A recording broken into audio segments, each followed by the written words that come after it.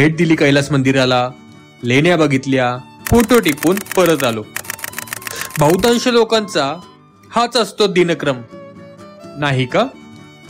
बरं, आता हे शिल्प बघा.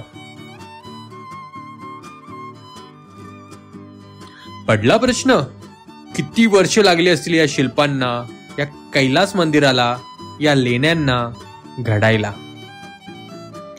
याच प्रश्नाची उत्तरे आहेत या व्हिडिओमध्ये. यासाठीच काय तो अट्टहास. स्किप न करता बघा, नाहीतर कोणीतरी म्हटलीच आहे, अर्धवट ज्ञान हे धोकादायक असते बरं का. एक अशी लेणी जी आधी एका पंथाची होती, पण कालोगात ज्या पंथाची भरभराट झाली त्यानंतर काय होतं याचं उत्तम उदाहरण म्हणजे ही लेणी. नक्की पहा. कळत नाहीये पण हे पुस्तक आहे. इथे सरस्वती आहे, तिथे लक्ष्मी आहे आणि आतमध्ये शिव आहे. गजलक्ष्मी पलीकडच्या बाजूला. आणि तसेच जर तुम्ही नीट बघितलं तर तिथं कार्तिकेय आहे, समोर दिसतो कार्तिकेय आहे समोर. आणि इथे गणपती. म्हणजे काय केलेलं आहे त्यांनी की प्रॉपर या लेणीच्या बेस प्लॅनमध्ये किंवा इनिशियल प्लॅनमध्ये ज्यावेळेस लेणीचा प्लॅन तयार केला गेला असेल, जसं कार्तिकेयसाठी, गजलक्ष्मीसाठी, शिवासाठी, सरस्वतीसाठी आणि गणपतीसाठी त्यांनी प्रॉपर स्पेस सोडले. आणि त्या स्पेस एक्झॅक्ट आहे तशा स्वरूपामध्ये सगळ्यांना सेम दिलं. पण एक मूर्ती अशी आहे की जी बळजबरीने बसवली. ही ती मूर्ती. ही कोण आहे? पार्वती योग तपस्विनी. ही तपस्विनी पार्वती. कशावरून? कमंडल आणि दोन कुठला असलं तरी घोरपड दिसली का सगळ्यांना? ही तपस्विनी पार्वती 2 हातांची असते. एका हातात अक्षमाला आहे, एका हातामध्ये कमंडल. आणि ही तपस्विनी आहे हे सांगण्यासाठी अजून काय, एक फायर पॉट दिसलं, दुसरं फायर पॉट. तिला 2 फायर पॉट दिले. म्हणजे काय, तपस्विनी पार्वती 4 फायर पॉटच्या खाली होती, पण इथं 2 दिले. आणि दुसरी गोष्ट, ही तपस्विनी पार्वती या ठिकाणी असण्याचं काही कारण नाहीये, कारण इनिशियल प्लॅन मध्ये तपस्विनी पार्वतीसाठी स्पेस दिलेला नव्हता. पण नंतर जेव्हा तपस्विनी पार्वतीला मानणारा एक समाज घटक इथं खूप मोठ्या प्रमाणात डॉमिनेट झाला, त्यांनी तपस्विनी पार्वतीला इथं बळजबरीने स्पेस तयार केली. आणि बळजबरीने त्यांनी ही स्पेस तपस्विनी पार्वतीसाठी वापरली. म्हणून तपस्विनी पार्वती शिल्प असं कोपऱ्यामध्ये कोरल्याचं आपल्याला पाहायला मिळतं. म्हणजे एखाद्या कल्टचं किंवा एखाद्या प्रभाव वाढल्यानंतर त्यानं आपल्याच मंदिरांमध्ये किंवा आपल्याच धार्मिक वास्तूमध्ये कशा पद्धतीने अतिक्रमण केले, हे अतिक्रमणच एक प्रकार. इनिशियल प्लॅनमध्ये, बेस्ट प्लॅनमध्ये हे नाही, इंट्रुसिव्ह थॉट आहे हा की माझी मूर्ती, माझ्या देवीची मूर्ती तर असली पाहिजे. त्याच्यामुळे त्यांनी या कोपऱ्यामध्ये का होईना, ते पण मेन प्लेस भेटावी म्हणून तिकडे कुठे नाही, या ठिकाणी त्यांनी ती मूर्ती कोरली की ती मेन स्पेस मध्ये असेल, ती साईडला नसेल. त्याच्यामुळे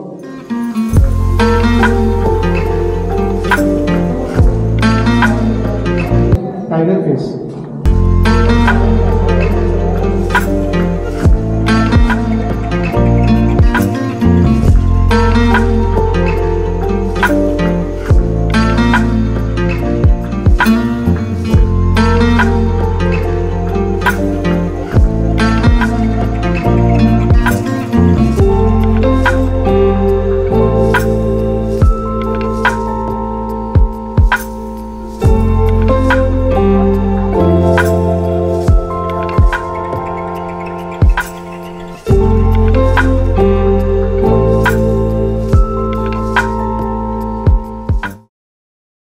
सौर लेणी म्हणजेच सूर्यदेवताला अर्पित अशी लेणी.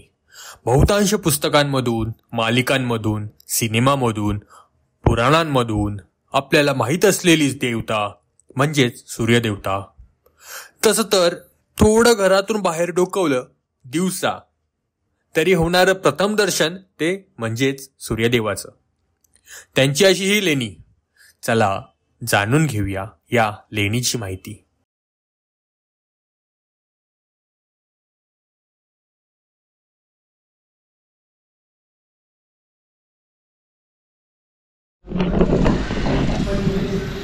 ही सौरलेणी असल्याच्या मागचं कारण की या लेणीच्या अंतराळामध्ये की जो सगळ्यात इम्पॉर्टंट स्पेस असतो मंदिराचा, जर आपण बघितलं तर हा सभामंडप आहे, बाहेरचा मंडप होता, त्याच्या इकडच्या बाजूला जर नसतं तरी या बाजूला आपल्याला अर्ध मंडप एक सेल दिसतो. इथं आलं तर हे अंतराळ आहे, समोर गर्भगृह आहे आणि या अंतराळाच्या सिलिंगला आपल्याला सूर्याची इमेज दिसते. 7 घोडे दिसतात. हो, ठीक आहे. काही पुढे या, पुढे तुम्हाला काही 7 घोडे दिसत आहेत आणि ते मधल्या घोड्याच्या अंगावर बसलेला एक माणूस दिसतोय आणि डाव्या अंगावर 2 चाकं दिसत आहेत रथाचे. त्याच्यावर गुडघ्याच्या वर असलेला एक माणूस 2 हातामध्ये 2 कमळ घेऊन उभा दिसतोय. त्या 2 हातात काहीतरी धरून उभा दिसतंय आणि त्याच्या उजव्या डाव्या हाताला 2 स्त्री प्रतिमा आहेत. बरोबर, स्त्रिया दिसल्या 2 आणि त्या दोघींच्या हाती धनुष्यबाण आहे. ओके, तर त्याचे 7 घोडे आहेत, तर ते 7 घोडे सूर्याचे घोडे आहेत. त्या घोड्यांना जो चालवतो तो असतो अरुण, सूर्याचा सारथी. सूर्य आधीच्या सुरुवातीच्या काळात 10व्या शतकापर्यंत कधीही पाया पूर्ण सूर्याचे पाय दाखवत नव्हते. आयदर गुडघ्याच्या वर दाखवायचे किंवा त्याला शूज दाखवायचे, गंबूज दाखवायचे. त्यामुळे सूर्याचे पाय दिसत नाही, कारण सूर्याचे पाय दिसणं हे अपशकुन किंवा अवलक्षण मानलं जायचं त्याच्यामुळे. आणि दुसरं, सूर्याच्या डाव्या आणि उजव्या हाताला ज्या 2 स्त्रिया आहेत धनुष्यबाण घेऊन, तर त्या आहेत उषा आणि प्रत्युषा. सूर्याच्या 2 बायका, एकीचं नाव आहे उषा, एकीचं नाव आहे प्रत्युषा. उषा आणि प्रत्युषा या दोघी जण बाण मारून अंधकार दूर करतात. उषा सगळ्याच माहिती आहे आणि प्रत्युषा म्हणजे आता ते पहाट आणि सायंकाळ असा अर्थ लावतात लोक, तसं नसतं ते. तर ते उषा आणि प्रत्युषा अशी 2 नाव आहेत. आणि सूर्य खूप सोपं आहे, आयदर सूर्याचे पाय दाखवत नाहीत. सूर्य हा कायम 2 हातांचा असतो. सूर्य कधीही 4 हातांचा दाखवला जात नाही. खूप रेअर एक्झाम्पल आहेत सूर्य 4 हातांचा दाखवला जातो. आणि सूर्याच्या दोन्ही हातांमध्ये कमळ असतं. एकतर असे हात असतात किंवा असे हात असतात. 2 हात असा कमळ पकडलेला जर तुम्हाला मूर्ती कुठली दिसली, डोळे झाकून त्याला काय सांगणार? सूर्य 2च हातांचा असतो, म्हणजे पाय दाखवत नाही, गंबूस असतात किंवा अर्धा दाखवतात. आणि तो घोड्यावर असतो, त्या घोड्याला 7 रथ असतात. तो अरुण चालवतो आणि त्याच्या 2 बायका अंधकार दूर करण्यासाठी बाण मारत असतात धनुष्यातून. त्यांचे नाव काय? उषा आणि प्रत्युषा. आणि सूर्याचं शिल्प हे अंतराळात म्हणजे गर्भगृहाच्या एंट्रान्सला कोरलंय, त्याच्यामुळे हे मंदिर सूर्याचं, म्हणून ही लेणी सौर लेणी. पहिली बघितली आपण पाशुपत पंथाला डेडिकेट केलेली शैवलेणी. दुसरी कुठली बघितली आपण? वैष्णव. तिसरी ही कुठली? सौर. म्हणजे आपण 3 संप्रदायाच्या लेण्या बघितल्या. आता शाक्त राहिले आणि गाणपत्य राहिले, तर आपण पुढे त्या लेण्या बघणार आहे. ओके, आता इथे मंडपाच्या छतावर जे कमळ फुललं आहे, त्या कमळाच्या मध्यभागी काय दिसतंय तुम्हाला? देवीच वाटते. पहिली गोष्ट, स्त्री आहे का पुरुष आहे? गजंत लक्ष्मी स्त्री आहे. सगळे कन्फर्म आहेत की ती स्त्री आहे? फक्त आणि त्या स्त्रीच्या डोक्यावर 2 हत्ती दिसतात का बाजूला? दिसले का? दिसला? तर कुठेही असा माणूस दिसला 2 हातांचा की डोळे झाकून काय सांगायचं? सूर्यदेव. सूर्य. आता तुम्हाला काय वाटतंय हा कोण असेल?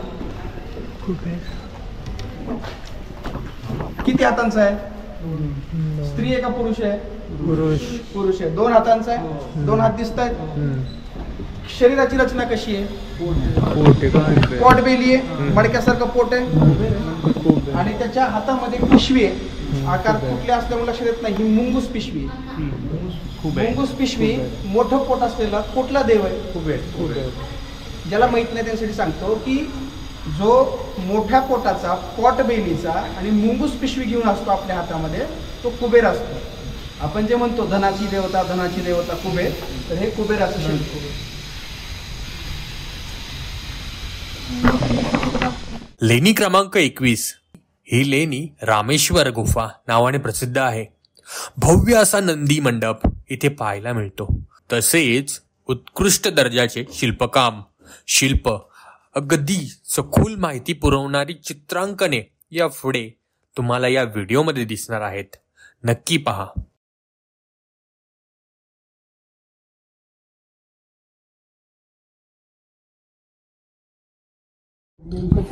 खूप मोठा लावलंय. काही मकर आहे. त्या मकावर उभी आहे ती गंगा आहे. आणि तेवढी सुंदर गंगा दुसरीकडं जगात कुठं नाही आहे. खूप सुंदर गंगेचं शिल्प आहे ते. आणि त्याच्या एक्झॅक्ट अपोजिट इकडे यमुना आहे जी कासवावर आहे. कासव पूर्ण दिसत नसला तरी ते कासवाची पाठ दिसते आपल्याला खाली. आणि मान आपल्या बाजूला आहे कासवाची, सापासारखं ते वर आलं. यमुना ती गंगा, इकडे गणपतीचा सेल आहे आणि इकडे कार्तिकेयचा सेल आहे सेपरेट, जिथं आता साफसफाई चालू आहे. आणि हा जो इलिव्हेटेड प्लॅटफॉर्म आहे नंदीचा, त्याच्यावर इथे खाली लज्जा गौरी आहे. ओके. हां, आता ज्यांना लज्जा गौरी माहीत नाही, तर लज्जा गौरी ही सृजनाची देवता आहे, नवनिर्मितीची देवता आहे, न्यू क्रिएशनची ती देवता असते. लज्जा गौरी ही स्कॉटिंग पोझिशनमध्ये बसलेली नेकेड वुमन असते. Lajja Gauri is a form of Parvati. आणि ती अशी एक गोष्ट आहे, ॲक्च्युली ती दंतकथा आहे एका ताम्रपटातली, पण त्याला काय असा दुसरा पुरावा नाही आहे, पण ताम्रपटात असल्यामुळे ते सांगणं इंटरेस्टिंग आहे की विक्रमादित्य नावाचा एक चालुक्यन राजा होता बदामीचा. आणि त्याच्या काळामध्ये ज्यांना मूल नव्हतं, ज्यांना मूल कधी झालं नाही, तर त्यांना टॅक्स भरावा लागायचा. तर तो टॅक्स भरण्यापासून वाचण्यासाठी त्यांनी एका देवतेची पूजा अर्चा करायला सुरुवात केली. आणि ती देवता म्हणजे ही लज्जा गौरी. आणि ह्या लज्जा गौरीचं खूप जास्त मंदिरांचं प्रमाण बदामी चालुक्यांच्या भागात आपल्याला दिसतं. त्यातलं जे मेन टेम्पल आहे ते सिद्धनकोल्ला नावाचं आईहोळेपासून 5 किलोमीटरवर एक गाव आहे. त्या सिद्धनकोल्लामध्ये एका कपारीमध्ये लज्जा गौरीचं शिल्प आहे. तिथं जर तुम्ही आज जरी गेलात तर आपण जसं लगोरी खेळताना दगडावर दगड रचतो, त्या दगडावर दगड रचून ठेवलेल्या जवळजवळ 500-600 लगोऱ्या तिथं पाहायला मिळतील. ते अजूनही लोक नवस करतात की आम्हाला मूल व्हावं म्हणून. म्हणजे तुम्ही चालता एखादी लगोरी पुढे तर एखाद्याचा मुलगा मारण्याचं पाप तुम्हाला लागू शकतं, अशी तिथली भावना आहे. तर त्या लज्जा गौरीचं प्रस्थ 6व्या-7व्या शतकापासून वाढायला सुरुवात झाली. आणि ते एवढं वाढलं की वेरूळला लज्जा गौरीला एक सेपरेट प्लॅटफॉर्मवर सेपरेट जागा देण्यात आली. इथे लज्जा गौरीला कधीही चेहऱ्याने दाखवत नाहीत. लज्जा गौरीच्या चेहऱ्याच्या जागी फुललेलं कमळ असतं. आणि इथे लज्जा गौरीला मात्र आपल्याला चेहरा दिसतोय, त्याच्यामुळे ही शाकंभरी आहे. लज्जा गौरीचं फुल्ली डेव्हलप व इमर्ज फॉर्म, तिला शाकंभरी असंही म्हणतात. लज्जा गौरीचा पुढचा फॉर्म असतो आणि ही स्कॉटिंग नेकेड पोझिशनमध्ये बसलेली असते.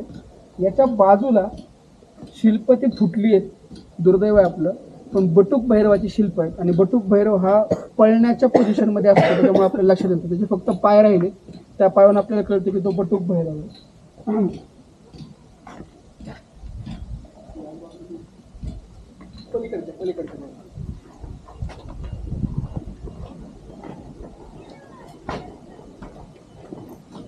येस, हे खाली जे 2 पाय आहेत ना त्याचे, तर तो असा रनिंग पोझिशन मध्ये थांबलाय. तर हा बटूक भैरव आहे आणि हे बटूक भैरवचं शिल्प आहे. आता ते पूर्ण फुटलंय, काहीच कळत नाहीये. त्याच्या पायांच्या पोझिशन आपण सांगू शकतो. तर आपल्याला बसण्यासाठी दगडाचा एक प्लॅटफॉर्म केला असतो, आपण त्याच्यावर बसू शकतो. तर हे कक्षासनाची कन्सेप्ट इथं डेव्हलप झाल्याचं आपल्याला पाहायला मिळतं. म्हणजे टेम्पल आर्किटेक्चरचा इन्फ्लुएन्स आपल्याला इथं झाल्याचं पाहायला मिळतं. ही कक्षासन आहे, हे पिलर ब्रॅकेट्स आहेत, हे पिलर ब्रॅकेट्स आहेत. आणि या पिलर ब्रॅकेट्समध्ये आपल्याला आम्रपालीच्या म्हणजे आंब्याच्या झाडाखाली उभी असलेली यक्षिणी पाहायला मिळते. हे आंब्याची झाड आहे. आणि तुम्हाला आश्चर्य वाटेल ऐकून, पण कैलासच्या आधी आणि धुमार लेणीच्या नंतर या लेणीची निर्मिती झालेली आहे. कैलासच्या आधी हां, म्हणजे 16च्या आधी 100 वर्ष आणि ह्याच्या 50 वर्षाच्या नंतर या लेणीची निर्मिती झाली आहे. हे आम्रपालीचं कुठे शिल्प? आम्रपाली म्हणजे आंब्याचं झाड, त्याच्या खाली असलेली यक्षिणी. हां, ह्या सगळ्या त्या. ओके, तर मी मग अशी तुम्हाला सांगितलं की पार्वतीने शिवाची आराधना करण्यासाठी तपस्या केली वगैरे वगैरे सगळं. त्याच्या पुढं मजा अशी झाली की पार्वतीच्या तपस्येवर शिव झाला प्रसन्न, पण शिवाने पार्वतीची परीक्षा घ्यायचं ठरवलं. शिवाने काय केलं की पार्वतीला भेटायला येताना तो एका साधूच्या वेशामध्ये आला आणि साधूच्या वेशामध्ये येऊन पार्वतीला भिक्षा वगैरे मागण्यासाठी गेला. त्यास पार्वती म्हणते की तू आधी नदीवर जाऊन स्नान आदी वगैरे विधी करून हात पाय धुवून. तो नदीवर गेला आणि त्यानंच एक कार्यकर्ता नेमला होता. नाही का आपल्या कॉलेजमध्ये आपल्याला असतं की एखाद्या मुलीला प्रपोज केल्यानंतर आपण मित्रांना सांगतो की तो असं करणं इम्प्रेस करायचं. तसं त्याने एक असं सांगितलं होतं की तू मगर म्हणून पाण्यामध्ये लपून राहा, मी येईल त्यावेळेस माझा पाय पकडा. तो ज्यावेळेस पाण्यामध्ये जातो शिव हातपाय धुण्यासाठी, त्यावेळेस एक मगर येते, शिवाचा पाय पकडते आणि शिव मदतीसाठी आरडाओरडा करतो. त्यास पार्वती येते आणि पार्वती शिवाला डाव्या हाताने त्या मगरीच्या तावडीतून वाचवते आणि पाण्याच्या बाहेर काढते. आता विशेष गोष्ट अशी आहे की पार्वतीने जे तपश्चर्या केली त्यावेळेस तिने एक पण असा घेतला होता की ती तिच्या उजव्या हाताने केवळ आणि केवळ शिवाला स्पर्श करेल, शिवाशिवाय ती तर कुठल्याही पुरुषाला उजव्या हाताने स्पर्श करणार नाही. तर पार्वतीने शिवाला बाहेर काढताना डाव्या हाताचा वापर केला, त्यामुळे शिव तिला प्रसन्न झाला आणि शिव खऱ्या स्वरूपामध्ये प्रकट झाला आणि शिवाने पार्वतीला स्वतःचं खरं रूप दाखवलं. पार्वती इम्प्रेस झाली आणि मग दोघांचं जे काही अल्टिमेट लव्ह स्टोरी होती ती सुरू झाली.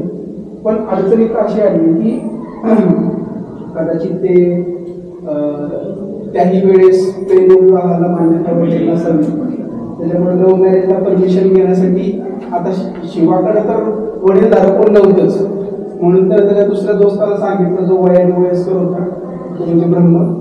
तो म्हणला की माझ्या वतीनं पोरीच्या घरी बोलणी करायला तू सोबत चल. मग भाऊने घेतलं ब्रह्माला सोबत, हिमालयाकडे गेली आणि भाऊ ब्रह्माच्या बागा असे बसून राहिले की तसं त्याला काहीच माहित नाही. ब्रह्माने फोर्स करून आपल्याला घरी आणलं हिमालयाचं लग्न करायला आणि पार्वती तर अशी दाखवत होती की तिच्या एवढी सज्ज दुसरी कोणच नाही. आणि या दोघांच्या लग्नाची बोलणी मग हिमालय आणि ब्रह्मामध्ये चालू होती आणि मग ती बोलणी झाली, दोघांचं लग्न ठरलं आणि मग ब्रह्माने दोघांचं लग्न लावून दिलं.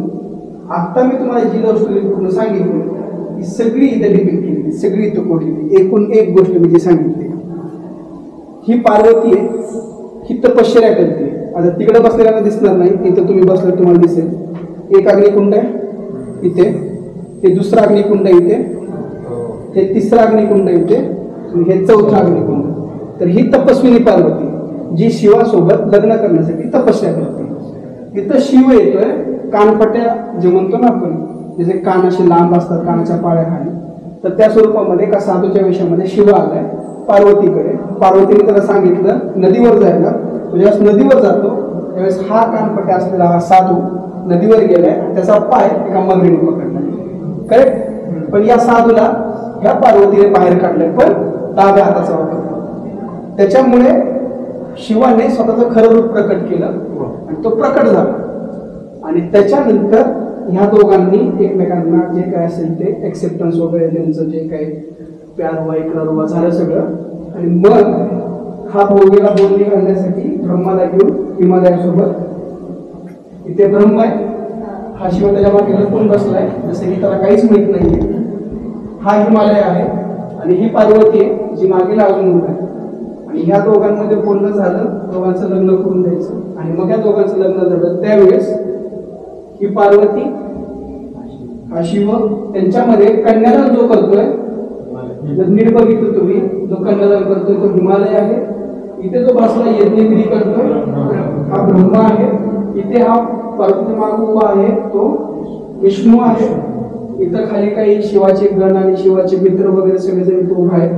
आणि हा भाऊ पण आला आई वडिलांच्या लग्नात. जगातला पहिला माणूस ज्याला आई वडिलांचं लग्न बघितलं. गणेश पुराणानुसार गणपती उपस्थित होता आई वडिलांच्या लग्नात. आणि सगळ्यात डेंजर शिवाचे कार्यकर्ते.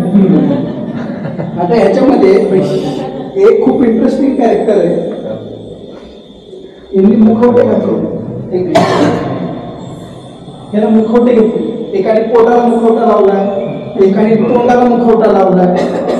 काही जण त्यांच्या डोक्यावर ते आपण ते आता नाही का ते दिन शर्ग नाका चले चार भाऊ असतात, एक जण बासरी वाजवतोय, एक जण बिना वाजवतोय, एक जण ढोल वाजवतोय. त्याला काहीतरी खात्री मासाला काहीतरी कोकून आणलं तो खात बसला, त्याला पण मास घातलंय. हे असले काहीतरी विचित्र कार्यकर्ते, यांचं काहीतरी वेगळं चाललंय. पण ह्यांचा आनंद चाललाय की बाबा चला मालकाचं लग्न झालं आपण सुटलो.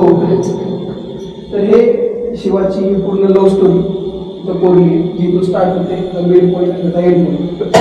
तीन पार्टमध्ये शिवाची पूर्ण लव्ह स्टोरी. समोर जो आहे हा कार्तिकेय आहे. कार्तिकेय कसा तर हा मोर ते स्वतः कार्तिकेय आहे. थँक्यू. त्याच्या बाजूला दोन जण आहेत, एकाचं तोंड मेंढ्याचं आहे, एकाचं तोंड बकऱ्याचं आहे. तिथं बकऱ्याचं तोंड असलेला आहे तो कार्तिकेयचा सेनापती आहे, त्याचं नाव आहे नैगमेश. ठीक आहे. आणि कार्तिकेयचा दुसरा सेनापती जो आहे मेंढ्याचं तोंड असलेला त्याचं नाव आहे छगवक्र. नैगमेश ज्याचं तोंड बकऱ्याचं आहे, छगवक्र ज्याचं तोंड मेंढ्याचं आहे. नैगमेश छगवक्र कार्तिकेयचे 2 सेनापती आणि त्याच्या समोर दुर्गा दाखवली महिषासुराला मारण्याच्या फॉर्ममध्ये, महिषासुराचा अंत करण्याच्या फॉर्ममध्ये महिषासुर मर्दिनी. दोन्हीही सेनापती किंवा वॉरियर डेटीज एकमेकांच्या समोर आयकोग्राफिक थीम बॅलन्स करण्यासाठी डिपिक्ट केलेत आणि त्यांच्यामध्ये शिवपार्वतीचा लग्न सोहळा दाखवलाय. लग्न सोहळा ही नवीन गोष्टीची सुरुवात असते, नवनिर्मिती असते. त्याच्यामुळे याच्या एक्झॅक्ट अपोजिट जो सेल आहे त्याच्यामध्ये सप्तमात्रिका. आता याच्यामध्ये काही गोष्टी ऍड झाल्या. त्यातली एक गोष्ट म्हणजे शिव आणि पार्वतीच्या मध्ये दिसतोय आपल्याला एक माणूस बसलेला, तो आहे भृंगी. तो भृंगी सगळ्यात घरडी सवय त्याची, त्याला शिव आणि पार्वतीच्या मध्ये राहायचं असतं आणि त्याला काय शिवाच्या जवळ राहायचं असतं. आणि ऑब्व्हियसली पार्वती बायको आहे, ती दुसऱ्या कोणाला थोडी जवळ करणार, म्हणजे तो पुरुष असेल तर स्त्री असेल, बायको जवळ सुटत नाही कोणाला. पण त्या भृंगीला शिवाला चिटकायची खूप घाण हौस होती आणि तो शिवाला प्रदक्षिणा एकटा घालायचा. तर एक गोष्ट अशी सांगतात शिवपुराणामध्ये की एक दिवशी भृंगी शिवाला प्रदक्षिणा घालत होता, तर पार्वतीला वाईट वाटलं. पार्वती शिवाच्या पादुका जाऊन बसली आणि त्याने सांगितलं की आता तू फक्त शिवाला प्रदक्षिणा मारून टाक. तर त्यानं माशीचं रूप घेतलं आणि तो शिवानी पार्वतीच्या गॅपमधून गेला आणि त्यानं प्रदक्षिणा मारली. बायको नाराज झाली आणि जगात कुणीतरी असलं, म्हणजे शिव जरी असलं तरी बायको नाराज झालेलं कुणालाच असं जमत नाही, ते कुणी सहन पण नाही करू शकत. त्याच्यामुळे मग शिवाने पार्वतीसोबत एक रूप धारण केलं. ते रूप होतं अर्धनारीश्वराचं, आणि अर्धनारीश्वर रूप धारण करून शिवाने मग चॅलेंज केलं भृंगीला की आता तू मला एकट्याला पार्वतीपासून सेपरेट करून माझ्या भोवती प्रदक्षिणा मारून लागतो. मी आणि पार्वती आम्ही वेगळे नाही, आम्ही एक आहोत. आणि त्याच्यानंतर अर्धनारीश्वराच्या रूपाची निर्मिती झाली, त्याला कारण तो भृंगी. आणि दुसरी गोष्ट जी मला अजिबात हायलाईट करायची नाही, मला हे सांगायचं मागाशीपासून म्हणतो की ज्यांचा काय म्हणतात बॉस किंवा लॉर्ड हा गणपती आहे, ते हे गण आहे, फक्त एकाच्या कोपऱ्यातले 2 जण काय करतात खरं सांगतोय तुम्हाला, नीट ऐका. या पुढच्या चित्रांकनात तुम्हाला माहिती तर मिळणारच आहे, शिल्पांची, जैन पंथाची, तसाच फरक आणि इतिहास या संबंधीही. पण मला जर विचारलं तुम्ही की माझ्या आकर्षणाचा मानबिंदू ठरलेली अशी काही गोष्ट, ती म्हणजे या लेण्यांमध्ये असलेली चित्रे, तेही रेखाटलेली, तेही भिंतींवर. सांगायला शब्दच नाहीयेत. जणू काही अजिंठा लेणी साद देत आहे की पुढील वेळी माझ्या भेटीला, माझ्या दर्शनाला ये म्हणून. तीर्थंकर जे आहेत भगवान महावीर, ते कायम गर्भगृहामध्ये असलेले आपल्याला पाहायला मिळतात. तीर्थंकर ओळखायचे कसे? ज्याला स्नेकहूड आहे. स्नेकहूड म्हणजे ज्याच्या डोक्यावर सापाचा फणा आहे, सापाचं छत आहे आणि ज्याच्या डोक्यावर छत्र आहे, ते आहेत पार्श्वनाथ. ज्यांच्या बाहू म्हणजे ज्यांचे हात गुडघ्यापेक्षा लांब आहेत ते बाहुबली. ठीक आहे. आणि त्याच्यानंतर जे तिसरे येतात ते ऋषभनाथ. आता इथं स्नेकहूड दिसतंय, म्हणजे हे कोण झाले? पार्श्वनाथ. ज्यांना स्नेकहूड आहे आणि वर छत्र आहे ते झाले पार्श्वनाथ. इकडे यांना स्नेकहूड नाहीये, पण त्यांच्या अंगाखांद्यावर आपल्याला वेली दिसतात आणि त्यांचे जे हात आहेत ते गुडघ्यापर्यंत आलेत खाली. करेक्ट आहे? तर ते आहेत बाहुबली. आता बाहुबलीमध्ये आणि पार्श्वनाथ मध्ये आपण बऱ्याच वेळेस थोडाफार कन्फ्युज होऊ शकतो, पण पार्श्वनाथांचे हात, बाहुबलीचे हात जरी सारख्या लेवलला असले तरी त्यांच्या मागं वेलबुट्टी आहे, म्हणजे ते तपश्चर्या करत असतात. तपश्चर्या करत असतात, त्यांच्या अंगावर खूप मोठ्या प्रमाणामध्ये झाडांची वाढ वगैरे होते. तर त्याच्यामुळे हे जे आहेत हे बाहुबली, ज्यांच्या खांद्यावर आपल्याला वेली दिसतात. ज्यांना सापाचं छत्र आहे ते आहेत पार्श्वनाथ. आणि जे असतात ते ऋषभनाथ आहेत. आता एक सेकंड,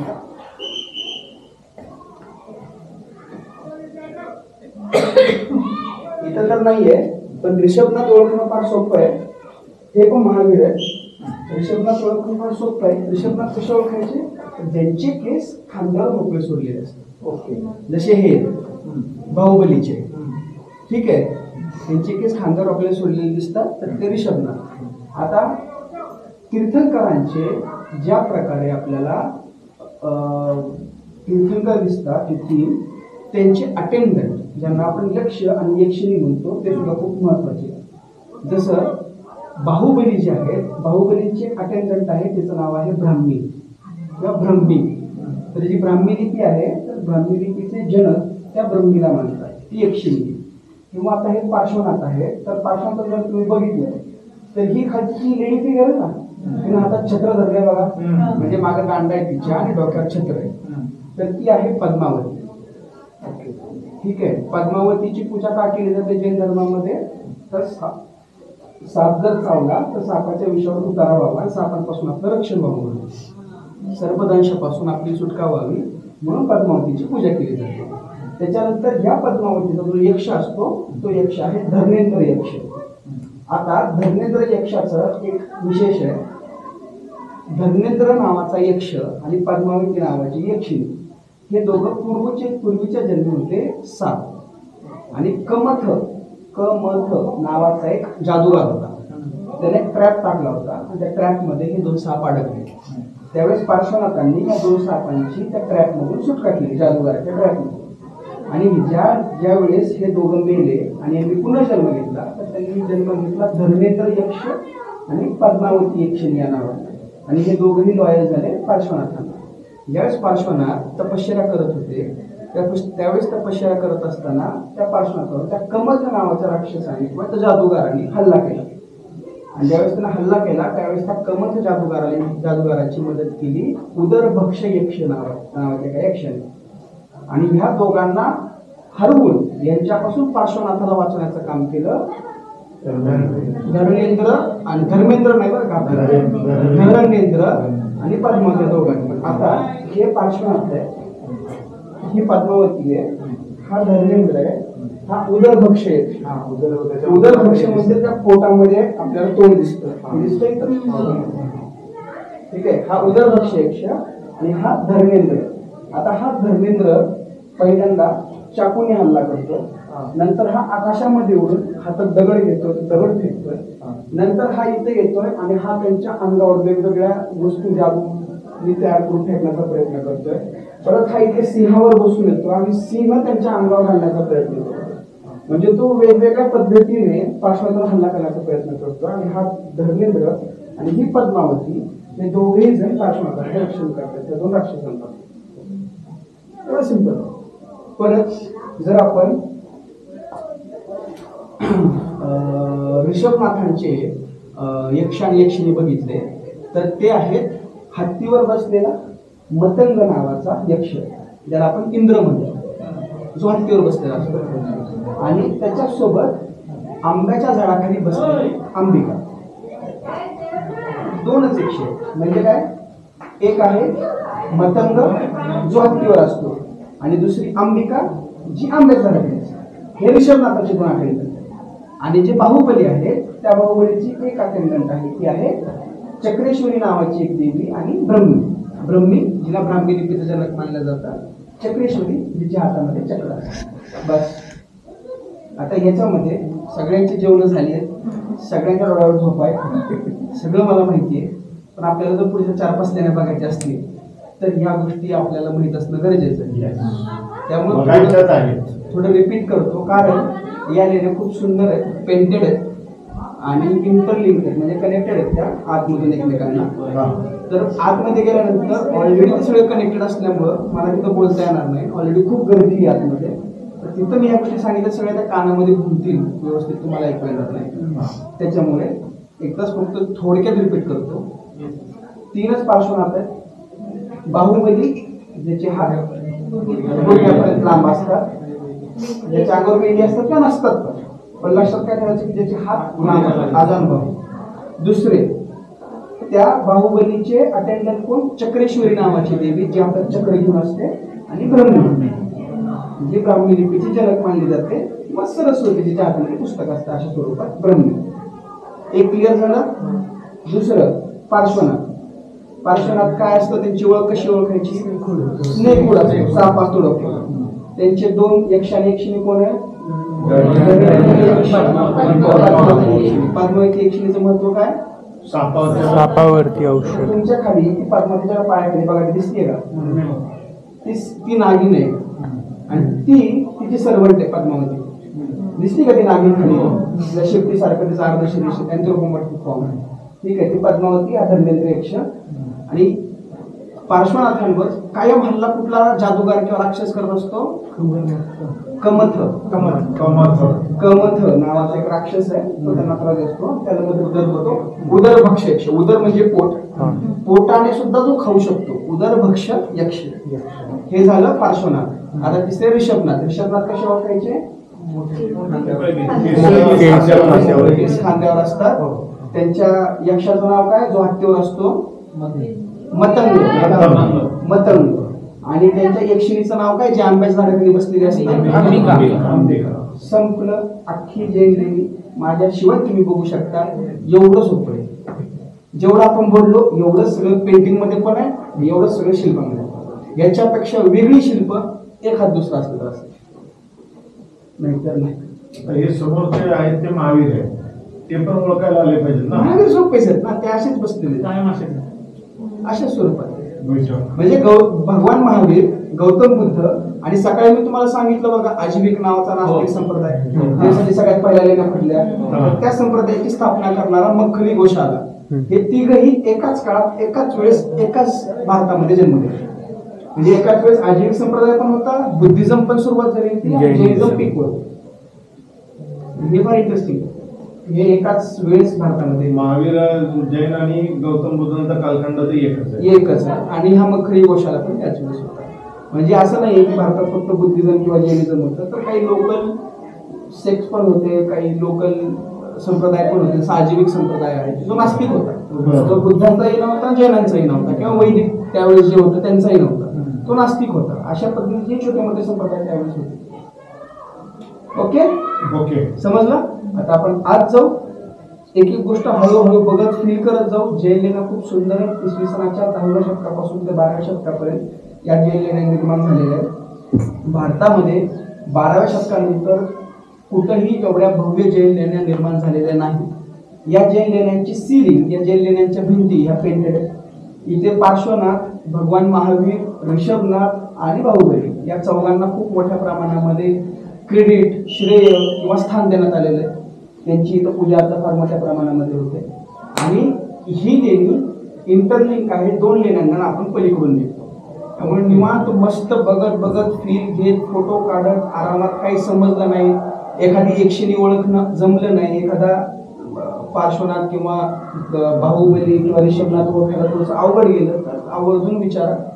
कारण परत आपण जैन लाईकडे एवढा लांब येणार नाही. उद्या कैलास आहे, दशावतार आहे, रावण की खाई आहे आणि बुद्ध लेण्या पूर्ण. त्या बुद्ध लेण्यामध्ये जेवणानंतर तुमच्या झोपात उडवून मला ते सांगायचंय.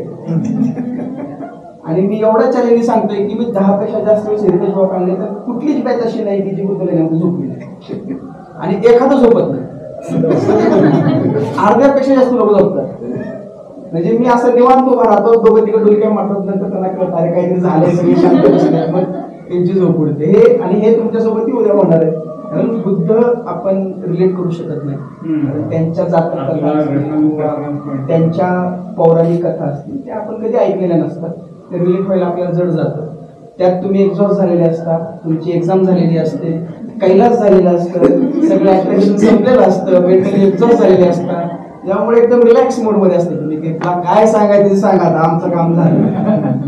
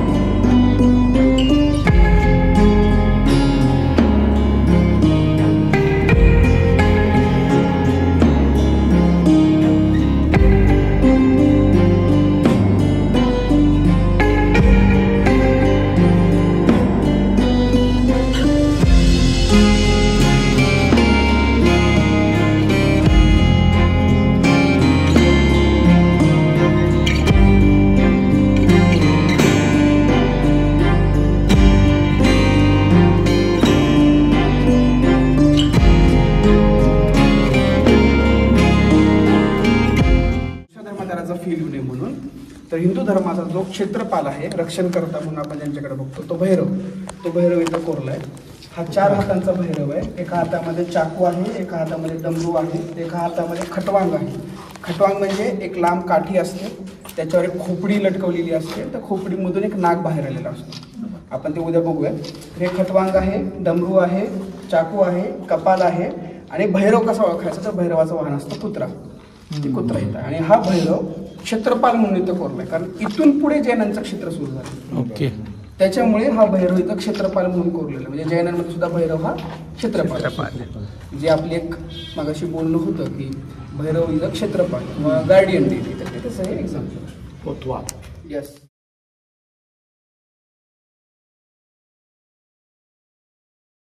त्या टप्प्यामध्ये मी हा भाग म्हणून एक्सकेव्हेशन असं झालं.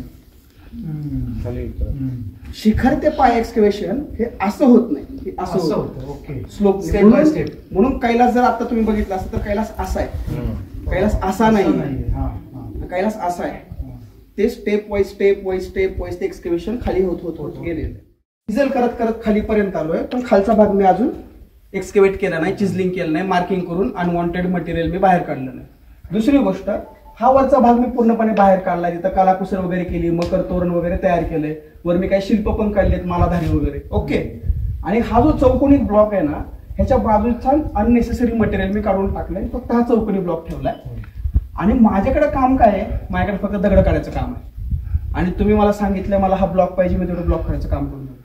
आणि उद्या सकाळी संदीप सर येणार आहेत आणि संदीप सर याच्यावर स्ट्रक्चर काढून देणार शिल्पाचं. आणि त्याच्यानंतर मग परत दुसरा कोणीतरी येईल आणि तो याच्यामध्ये शिल्प तयार करेल.